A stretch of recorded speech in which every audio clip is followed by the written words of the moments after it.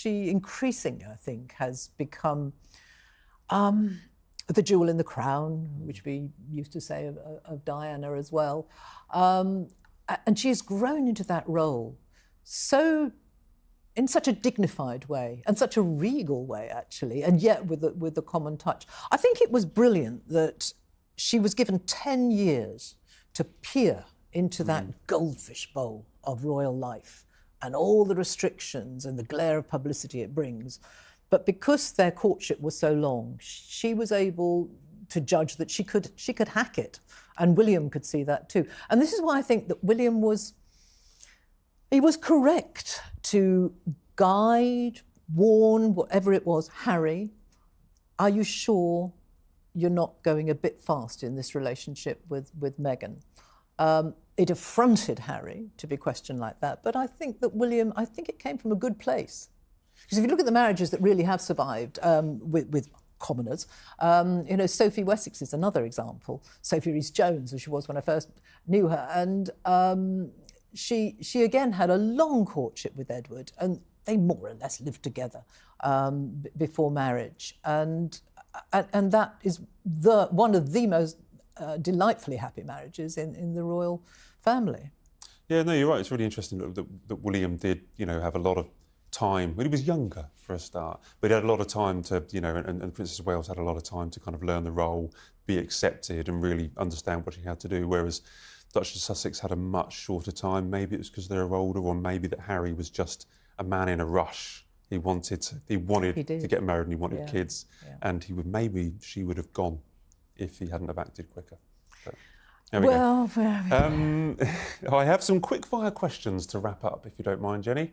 So they're light-hearted and fun. Gosh, I have. All right, I have my instructions. Hello, everyone, and welcome back to Meghan and Harry Tales. I'm Adrian, and today we're diving into yet another royal narrative that unfairly targets Meghan Markle. This time we're tackling Jennie Bond's claim that Prince William was right to warn Harry about Meghan and their so-called whirlwind romance.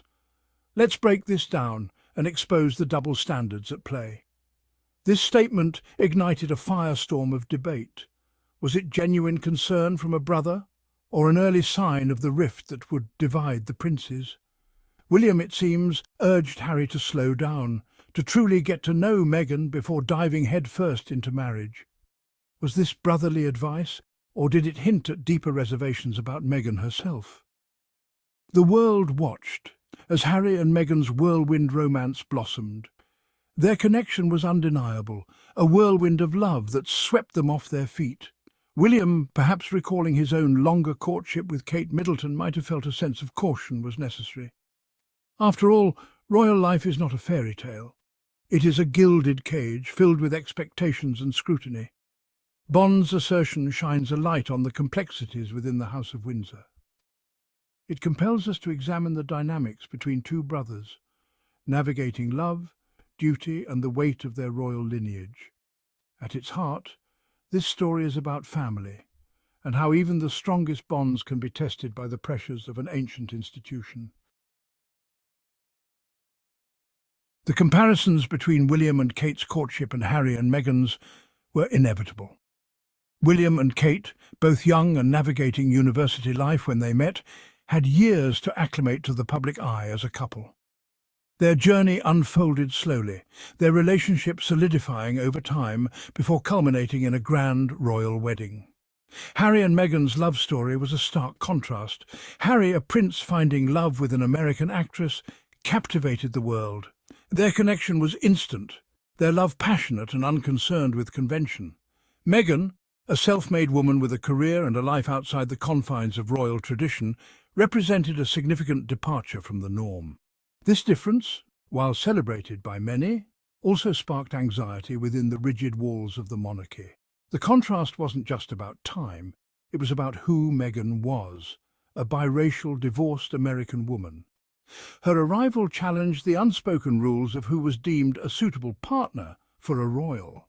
While Kate, with her British upbringing and aristocratic ties, seamlessly integrated into the fold, Meghan represented a break from tradition, a modernization that some embraced and others resisted.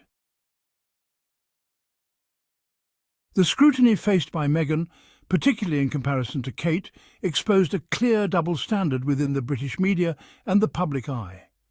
Every action, every word, every outfit was dissected and often criticised. When Meghan expressed her struggles with the relentless negative press, she was labelled difficult or too sensitive. Similar expressions of vulnerability from Kate were met with sympathy and understanding.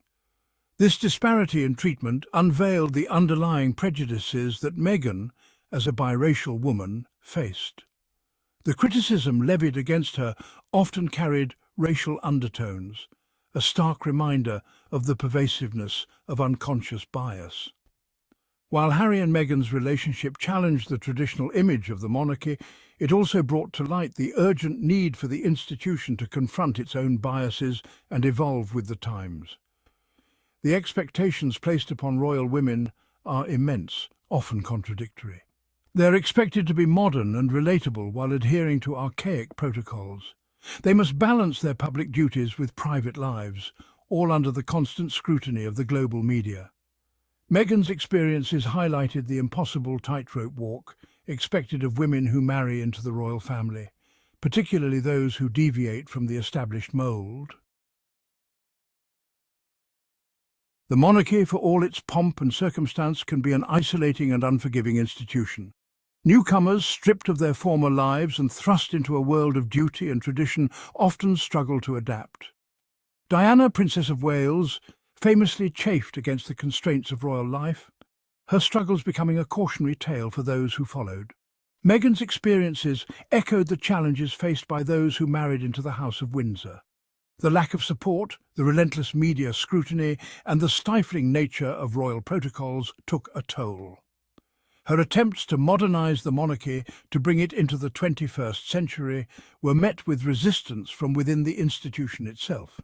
The monarchy, steeped in centuries of tradition, has often struggled to reconcile its historical legacy with the need for progress. Change, particularly when it challenges the established order, is often met with resistance. Meghan, with her modern sensibilities and her commitment to social justice, represented a catalyst for change, a challenge that the institution was ill-prepared to handle. Thanks for joining me on Meghan and Harry Tales. If you enjoyed this episode, don't forget to like, comment and subscribe for more insights into the Sussexes and the challenges they face. Until next time, stay kind, stay curious.